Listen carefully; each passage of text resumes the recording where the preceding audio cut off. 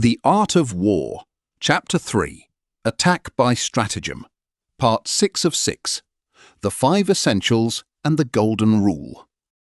I quote, "He will win who knows when to fight and when not to fight. If you know the enemy and know yourself, you need not fear the result of 100 battles." The chapter concludes with the 5 essentials. 1. Discretion. 2. Scalability. 3. Unity of purpose. 4. Readiness. 5.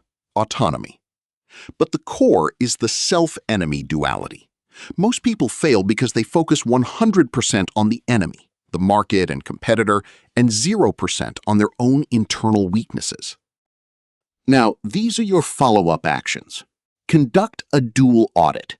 List 3 things you know about your competitor's current struggles. Then, list 3 things you are currently lying to yourself about regarding your own team's capabilities. Victory lives in the gap between those 2 lists. Subscribe for more.